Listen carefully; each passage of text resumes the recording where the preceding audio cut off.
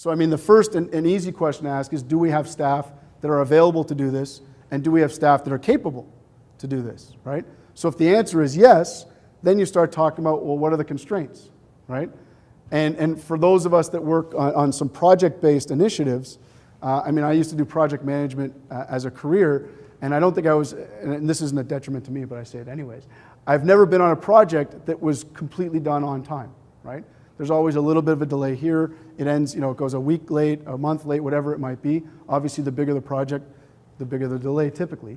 So if you think about staff availability and we say, well, they're available, we anticipate it's going to take 3 months to make this product, to perform this service, whatever it might be. Well, what happens after 3 months if there's a delay? If you've got a 1 week delay, a 1 month delay in the development of the product, does that mean the staff are still going to be available, or do you have them earmarked to do something else? So it's not just, are they available today to start the work, it's are they going to be available 3 months from now to continue the work if we need it. If we find that it's a revenue generating opportunity, we want to spin it off as a different business unit, whatever it might be. We have to look at all those different things. As a corollary of that is really opportunity cost. So I may have people that are available, I may have people that are capable, but from an in-house perspective, what else would they be working on, right? Am I taking them away from something that's more value added? So to go back to the core competency comment, if it's not our core competency and I'm taking valuable resources away from something that is my core competency, again, that's something that I have to consider. And sort of, I guess last, and there's lots more, but the last one that I have on my list is really warranty, in the sense that if you do it in-house, one of the things you have to think about is you now have to support it. So if it's a new system, if we decide we can outsource our new IT system, we can bring somebody in that does it, or we can build one in-house, do it ourselves. Well, if you build it yourself, you now have to maintain that system, right? Instead of being able to hire an expert and the systems firm that implemented it, they're now going to maintain it. And you're now saying if we build it in-house, we have to maintain it ourselves, right? So it's really that warranty perspective. And what do you do about making enhancements, making improvements ongoing? Because when you outsource something like, I'm using IT as the example, when you outsource IT, a lot of it is you're paying maintenance fees, and that leads you to upgrades and fixes and enhancements and all that good stuff. If you build it in-house, you've got to have your own plan out there to do that. Sound pretty good? Any questions, comments, thoughts? No? So, I mean, using the definition I started with about outsourcing and really meaning that it's really just hiring another company to do a good or service, I would say that pretty much every project I've been on requires some form of make or buy decision, right? So I don't look at it as saying it's a specific initiative and it requires a make or buy. Almost every project I've ever been on requires some form of make or buy decision, and frankly, some form of outsourcing. So even if you think, again, I'll step back to my project management days and say, I'm working for companies and they've got needs, project management needs, right? We're looking for a full-time project manager. Well, what's the first thing we do? We look internally in the organization. Is there somebody that has the capabilities to manage the project? Is there somebody that has the experience? Is there somebody that has the availability, right? But also looking at the other side to say, do we need to bring an outside resource in, right? I'm sure most, if not all of your organizations have brought in consultants at some point to do various things, right? Brought in other, HR people or systems people, IT people, whatever it might be. That's all outsourcing, right? It's looking at what are our capabilities, what is the specific need that we have to fill, and do we have people that can do that, or does it make more sense to bring in other people to come in and do that, right? And that's the way I define sort of outsourcing or the make or buy. So every project I've ever been on has required some form of decision, whether it's bringing in a systems company or just a single external resource, whatever it might be. There's always that conversation about, do we need to do it in-house? Do we need to bring somebody else in from the outside? I guess the one sort of piece of advice I'll give about that is when you're deciding on the buy, so we've decided we can't make it. Either way, scope is very important. Whether you decide to do it in-house or outsource, scope is very important. But one thing you want to be careful about is be careful what you ask for when you're going to outsource. You have to be very specific about the scope and what you're asking for. And I'll just give you a quick example, which is a small, easy example, which I never thought would have happened in a million years until after it happened. A client of mine was looking for a specific resource. I've had clients, whether it was a developer or a project manager, whatever it was, they were looking for a specific resource. That's all we wanted. We didn't need, an entire large proposal from a large company. We just needed a single person that had these specific skills, this specific experience. So we put out sort of a form of an RFP, so to speak, really a job description posting for a 6-month contract, saying here's exactly what the person's going to be doing, here's exactly what we need. But the mistake we made was we didn't lay out the exact parameters of the response that we wanted back. We just sort of assumed that it was implied in the job posting, in the job description, that it was going to be sort of independent contractors or small firms that might respond, because we weren't looking for a whole methodology, we just needed a body, frankly, and a body that could do these things. So we got 11 responses back, 10 of them were sort of what we expected, a 3 or 4 page summary, a 3 or 4 page CV, resume, whatever it was, easy to review. The 11th response we got was a 77-page response with 4 different candidates and 65 pages of methodology. And of course, you have to do your due diligence. You've got to review the 77-page RFP response. This is in fact what it was for a very small project. But, we had to go through it. Unfortunately or fortunately, doesn't matter. We didn't end up picking them. It wasn't because they had such a large response, but it was because we asked for 1 person, they gave us 4, right? My point being is you have to be very careful what you ask for, right? If you want a 3-page summary, ask for a 3-page summary. If all you want is a CV, ask for a CV. And I'm saying this in a smaller context, obviously. When we talk about outsourcing, it's a much bigger, broader scope. But my point being is extrapolate that out and say, imagine the issue we had on what was seemingly a very simple buying process, and now you're talking about a 10-year, $150 million outsourcing arrangement, right? Think about the complications that can come into that situation. So again, the reminder being, think about what the different factors are, make sure that you're considering all those factors when you're making that make or buy decision, and then go with what's best for the organization. So I'll just take a quick checkpoint, and then I'll sort of move on to the outsourcing part. But any questions so far? Thoughts? No? Good pace? Bad pace? Okay. So when talking about outsourcing, I've got a list of sort of outsourcing do's and don'ts.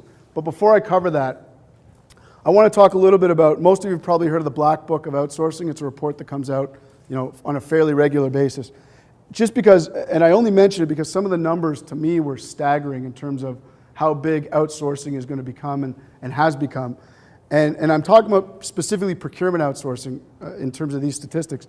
But last year in 2009, the Black Book of Outsourcing report said the procurement outsourcing is going to be the fastest growing back office area of business process outsourcing.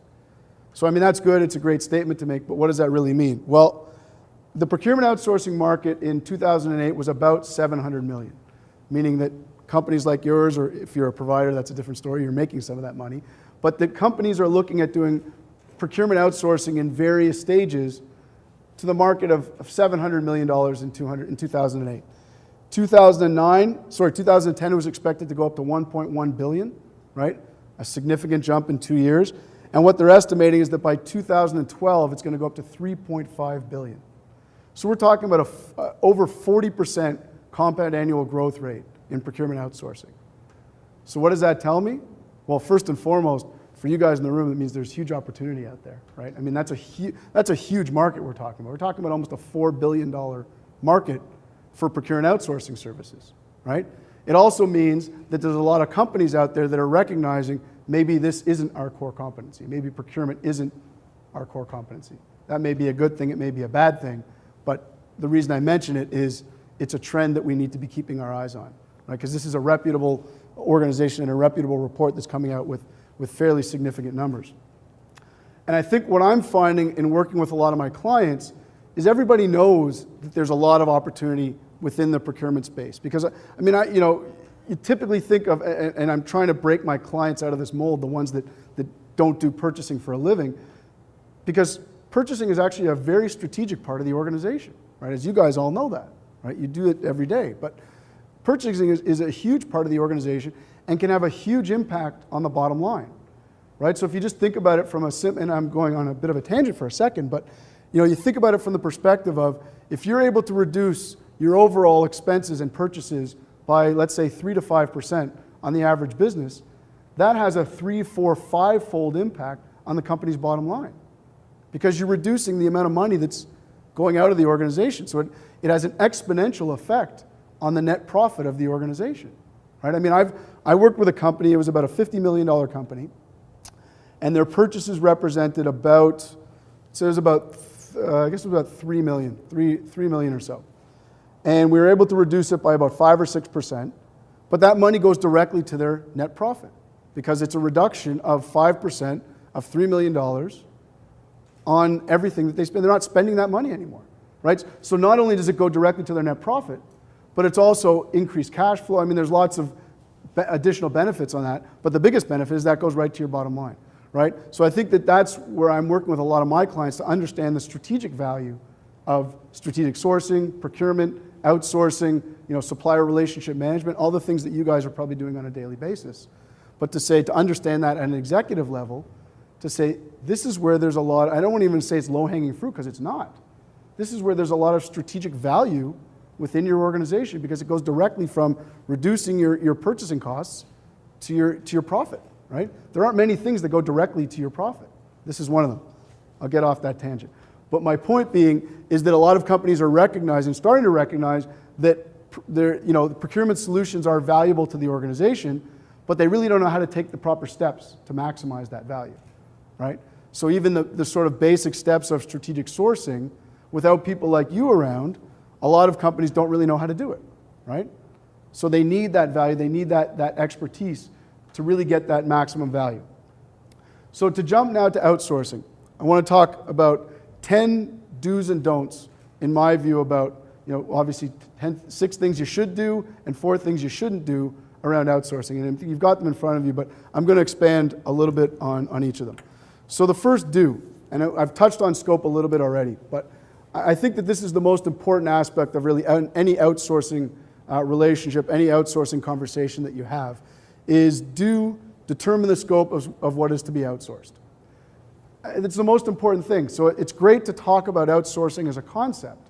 And I think every organization should be looking at outsourcing as a concept and as a strategic value, but you have to look at it and say, what are we going to outsource, right? I mean, it's sort of a standard decision-making process that you go through. What is the specific issue that we're trying to resolve? Or what is the strategic value that we're trying to get? So taking a look at that and saying, what is the specific scope that we want to outsource, right? Which operations do we want to outsource? Which operations, if any, do we want to retain, right? And you look at all aspects of your business, right? Because you can pretty much outsource anything now. Like I said, for my business, the only part of the business I actually do is really the marketing and the consulting part. I've outsourced almost all other aspects of my business for the main reason, to touch on the core competency thing. My core competency isn't web design.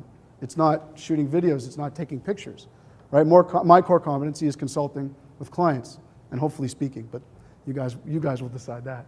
But it's really looking at what operations do you want to outsource, what operations do you want to retain, and the scope of any agreement you put forward should be based on the answers to those questions, right? What are the specific issues that we need to resolve? What are the specific values that we want to achieve? And then looking at different areas of the organization and saying, does it make sense to outsource or not? The second do is develop a business case. And what I mean by a business case, pretty straightforward, is really just doing your basic cost-benefit analysis. And to say, for any initiative you take, whether it's a change initiative, whether it's a new system, whether it's going to a conference, professional development, whatever it might be, there's a reason for it, right? You know the reason probably in your head, but when you do a business case, when you do a formal cost-benefit analysis, you're really putting that down on paper, and it forces you to think about, what is the reason I'm actually making this change, right? In this case, we're talking about the change being looking at outsourcing. What's the reason I'm doing this? What are the benefits to me doing this? What are the costs? And when I say costs and I say benefits, some of them are going to be financial, and some of them are not going to be financial. So it's really, I tie it back to tangible and intangible benefits. I think it's important to identify both, right? Because there's some initiatives that we embark on which may be cost neutral, but there's a lot of intangible benefits that we achieve by doing them. And those are very legitimate benefits. So analyzing the costs and analyzing the benefits, both from the short and the long term, right? So, typically what has tended to happen, at least in the last few years in outsourcing, when we talk about, let's specifically pick on manufacturing organizations for a second. a few years ago, everybody was saying we have to outsource all of our manufacturing to China, right? The unit cost is much lower, the quality is just about the same, but we're saving a ton of money on the bottom line because it's much cheaper for us to do that. So what's come out in the last few years? Well, there are some risks when you do that, right? Yes, there's no question there was a unit cost savings in most cases, but you had increased lead times, right? You had sometimes questionable quality. I mean, we went through a stint specifically in China a couple of years ago where we had tainted milk and we had tainted paint and we were recalling every kid's toy that had ever been made in the last 4 years, right? So there's a bit of a loss of quality or at least a loss of management control. But there's also additional costs that you incur. So you might have a unit cost savings. It costs me, $1 in Canada to make this pen, but it costs me 25 cents to make the same pen in China. But I've got to get it to my Canadian customers. I've got to get it to my US customers. That costs money, right? There's supply chain costs. There's carrying costs. There's warehouse costs. So it's important when talking about the business case that you're looking at all of those costs that may be incurred, and you're looking at it from the short term and the long term. Because in the longer term, it might be a little more difficult to get those unit cost savings than you do at the very beginning. You get that big jump right at the beginning. So that's what I call total cost of ownership. You guys have probably heard, most of you probably heard that term before. But that's what I mean by total cost of ownership. It's not just the unit cost savings. It's what other costs do you think the organization is going to incur as a result of doing this. It might be tariffs, right? Trying to get stuff out of the country. What about, just another thing about outsourcing is what about trying to get a contract actually enforced in some countries, right? We take it for granted here in Canada, you have a legal contract, 99.9% of the time that's going to be legally enforceable and you're going to get what's coming to you. If you breach a contract, you're going to have to pay. And if your contract gets breached by somebody else, you're going to get damages paid to you. Well, that's not the case in every country, right? So that's another thing which I don't have on the list, but it's one of those, you just have to know where you're doing business and who you're doing business with.